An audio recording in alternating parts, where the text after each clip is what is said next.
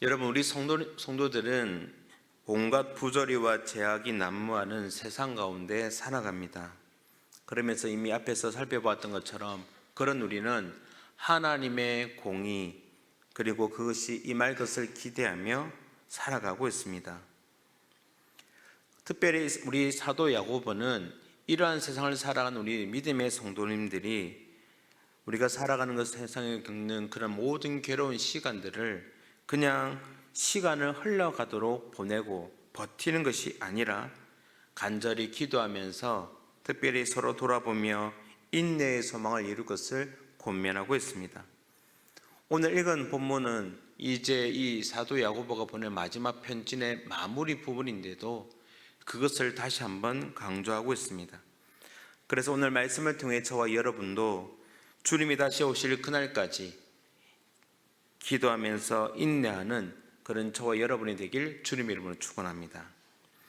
오늘 말씀을 보시면 먼저 우리에게 주시는 말씀은 우리가 주님 오시는 날까지 인내해야 되지만 특별히 섣부른 행동을 하지 말 것을 당부하고 있습니다.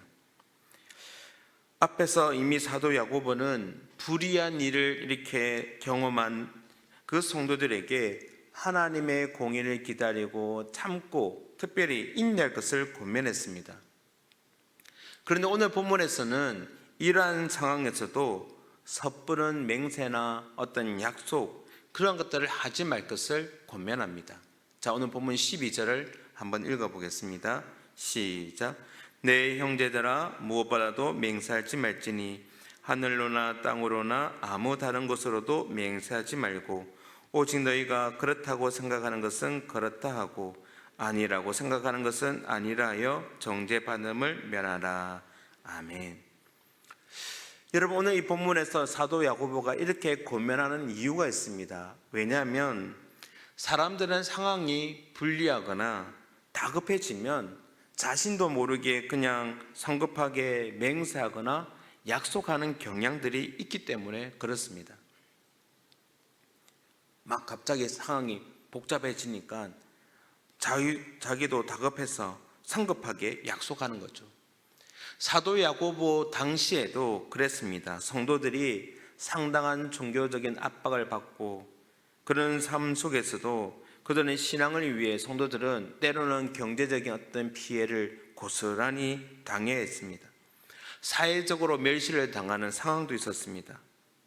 그러다 보니 자신도 모르게 그 고난과 박해 속에서 그것을 벗어나기 위해서 특별히 신앙 고백을 번복하거나 아니면 세상의 그 권력에 편승하려는 그런 일들이 벌어지고 있었다는 것입니다. 그래서 오늘 사도 야고보는 이러한 것에 믿는 것과 믿지 않는 것에 대해서 예 또는 아니요 이렇게 당당하게 말할 것을 가르쳐 주고 있는 것입니다. 그게 바로 본문 12절이었습니다. 사랑하는 성도 여러분, 오늘 야고보는 그런 어떤 상황에 몰렸을 때 섣부른 맹세나 약속하지 말 것을, 자신이 믿고 있는 진리가 맞다면 예라고 당당하게 말할 수 있음을 그것을 가르쳐 줍니다. 우리는 어떻습니까? 우리도 하나님께 무언가를 구하며 기도할 때 때로는 우리의 욕심과 소원이 너무나 과한 나머지 때로는 하나님이 이렇게 해주시면 내가 이렇게 하겠습니다 라고 고백하고 어떻게 보면 섣부른 약속이나 맹세를 할 때가 있더란 것이죠. 그런데 이러한 모든 것들은 하나님께서 원하시는 것이 아닌 것입니다. 여러분, 하나님 앞에 우리가 뭔가 협상을 한다 해서 하나님이 우리의 기도를 들어주시는 분입니까? 아닙니다. 하나님은 결코 그런 방식을 원하지 않으십니다. 그래서 오늘 우리는 어떠한 상황이 있다 할지라도 그저 묵묵히 인내하면서 하나님의 그 선한 뜻을 발견하고 그 뜻이 이루어지기를 기도해야 되는 것입니다. 그래서 오늘 사도 야고보가 먼저 우리에게 당부합니다. 인내 중에 섣부른 맹세나 약속을 하지 말라. 그러면 어떻게 되겠습니까? 이어지는 본문을 통해서 사도 야고보는 그래서 인내 중에도 기도하라, 항상 기도할 것을 가르쳐주고 있습니다. 오늘 본문에 등장한 이 사도 야고보는 신실한 기도의 사람이었습니다.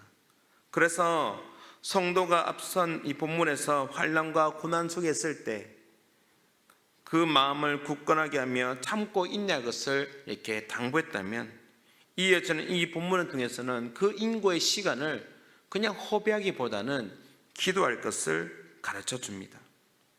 특별히 13절 이후부터 등장하는 말씀들을 보면 우리가 환난과 고난 중에 있을 때도, 14절 말씀을 통해서는 병들었을 때도, 17절과 18절의 말씀을 통해서는 우리의 힘으로 무언가를 할 수 없는 오직 하나님만이 가능한 그 일들을 위해서 우리는 주께 간절히 기도한다면 그 기도가 하나님의 마음을 움직일 수 있다라고 가르쳐 주고 있는 것입니다.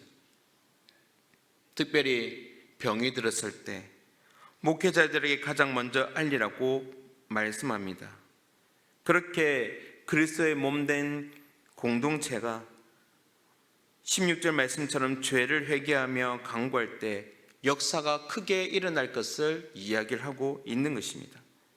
사랑하는 성도님 여러분, 기도의 능력은 어떤 특별한 사람에게 있는 것이 아닙니다. 그래서 오늘 엘리야를 소개하면서 뭐라고 말씀합니까? 원래 우리가 보통 사람과 동일한 사람이었음을 말하고 있습니다. 근데 왜 기도의 능력이 나타납니까?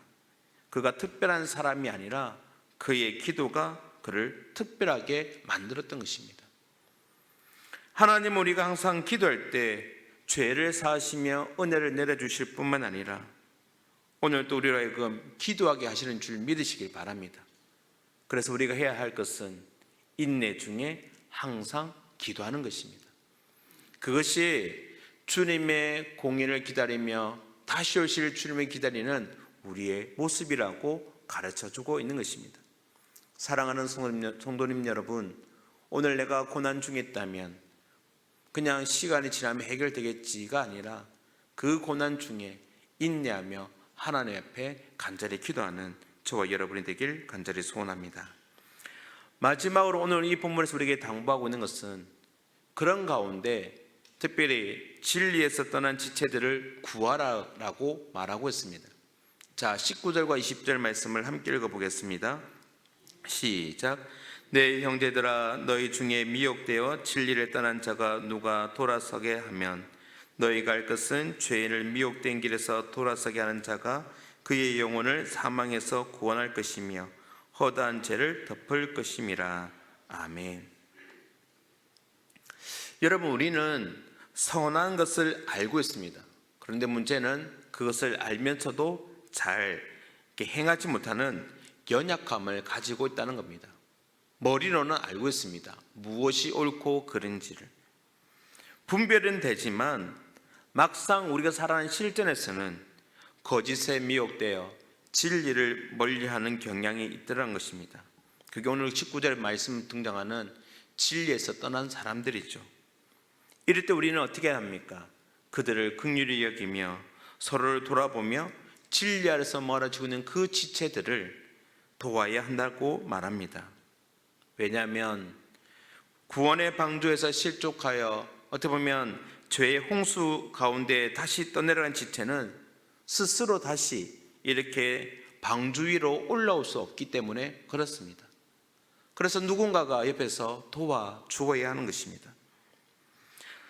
오늘 20절 말씀을 통해서 보면 다른 지체들이 그를 건져낼 때 그는 결국 사망으로부터 구원을 얻는 것은 물론이고 그의 허다한 죄가 덮어진다라고 말씀합니다. 여러분, 죄를 덮는다는 것은 그가 더 이상 많은 죄를 짓지 않는 그것을 의미하기도 하지만 더 나아가서 그 죄악으로 말미암아 더 이상 주님의 교회가 훼손되거나 상처받지 않음을, 그래서 그것 모든 일을 막을 수 있음을 가르쳐 주는 것입니다. 사랑하는 성도님 여러분, 우리는 주의 교회를 통해서 보고 있지 않습니까? 신실하게 신앙생활하는 이들이 이단에 빠져나가면 교회가 어떻게 됩니까? 많은 분란을 경험하게 되는 것이죠. 그래서 우리는 나 몰라 할 것이 아니라 그들을 긍휼히 여기며 그들이 돌아오기를 또 돌아올 수 있도록 또한 도와주어야 하는 것입니다. 사랑하는 성도님 여러분, 함께 기도하고 인내할 수 있는 공동체가 있다는 것이 얼마나 큰 복입니까? 하나님은 우리를 서로를 위한 중보자를 세우시고 특별히 서로를 돌아보며 기도할 수 있도록 해주셨습니다. 우리 옆에 있는 든든한 어떤 기도의 용사들이 버티고 있음에 감사하며 오늘도 우리 서로를 돌아보며 함께 중보하며 기도함으로 우리의 약한 성도들을 함께 세워가고 그래서 주의 몸된 교회를 더 건강하고 아름다운 교회를 만들어가는 그 일에 우리 함께 모두가 쓰임받을 수 있는 저와 여러분의 삶이 될 수 있기를 주님의 이름으로 축원합니다. 아멘.